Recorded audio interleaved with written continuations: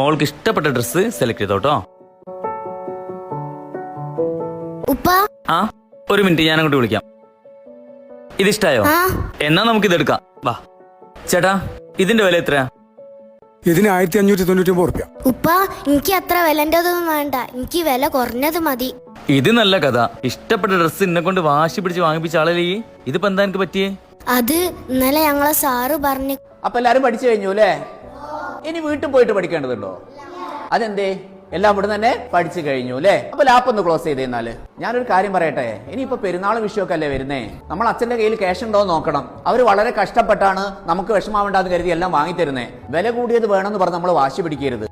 അവരുടെ പ്രയാസങ്ങൾ നമ്മൾ മനസ്സിലാക്കണം കേട്ടോ. അതുകൊണ്ട് നമുക്ക് വില കുറഞ്ഞത് നോക്കാം. ഒരുപാട് മക്കൾ ഇവിടെ ഡ്രസ്സ് എടുക്കാൻ വരുന്നുണ്ട്. പക്ഷെ ഇങ്ങനെ പറയുന്നൊരു മോളെ ഞാൻ ആദ്യമായിട്ട് കാണാം. മോള് ഏത് സ്കൂളാണ് പഠിക്കുന്നത്? ഞാൻ ഓമശ്ശേരി വിദ്യാഭൂഷണി സ്കൂളിലാണ് പഠിക്കുന്നത്.